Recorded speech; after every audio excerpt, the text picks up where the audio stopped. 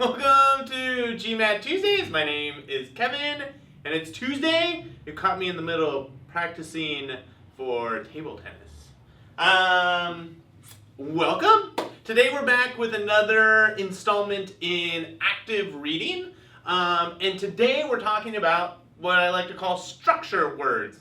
And these are words that help to organize concepts and ideas in passages and in sentences. And when you're actively reading, these are things that you really want to pay attention to, because they're going to give you, they're going to tell you sort of the direction of the passage that you're reading. You'll know when things are changing direction, or you'll know if you're continuing along an idea, or if the author's explaining some sort of cause and effect relationship, or even a concluding thought.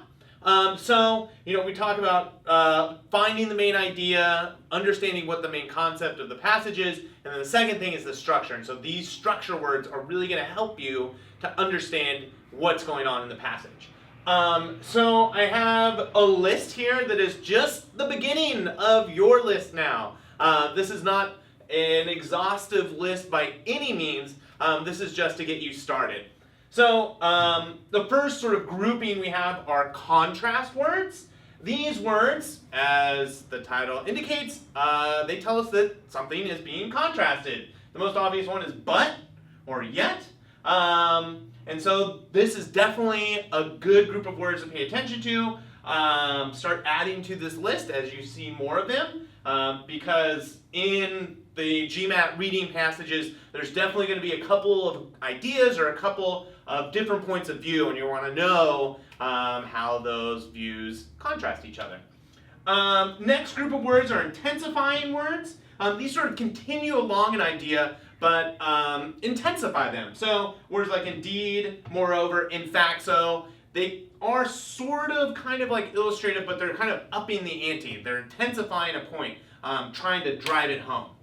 The illustrative words, these are structure words that tell us that an example is coming, that some concept was mentioned, and now you want to illustrate that concept. And so, for example, is a perfect example, such as, for instance, for 1, for 2, for 3.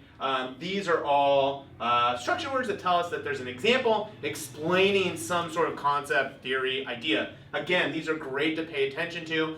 Oftentimes in the test, you don't really need to dig into these types of details. It's just good to know where they are so you can go back to them.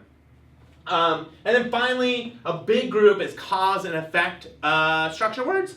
If you want, you could actually break this into two groups of cause words and effect words. But for now, I think it's good to just start with cause and effect. So obvious ones like because, so, since, thus, hence. These are all words that signify cause and effect. Also, you might notice too that they signify sometimes a conclusion. So thus, or hence, or therefore are often used to conclude some idea. After giving a bunch of points, then the author would say, thus, yada, yada, yada. Okay, so our article this week is going to be in a link down below the video. Click on it and read. So it's a long psychological paper, actually written by a friend of mine, Kyle Thomas. And he is working in psychology on coordination and common knowledge problems. Feel free to read the whole paper if you want. For our purposes, you can just read the first 3 paragraphs. And what I'd like you to do in those paragraphs is count how many structure words you see. Sometimes it's good to just dive into a passage and only focus on finding the structure words. And this will be good practice. So pause the video here, go read the first 3 paragraphs, and count up how many structure words are in those first 3 paragraphs. Are you back? Did you read them? How many did you find? I read the first 3 paragraphs and I found 9. I found 9 structure words. And so, actually in the first paragraph there weren't any structure words. This paragraph was about a protest with phones, cell phones, and the police cared, and then they sort of ended it. Kyle ended it with like a question, like why do police care about cell phones ringing? And then the second paragraph responds to that question.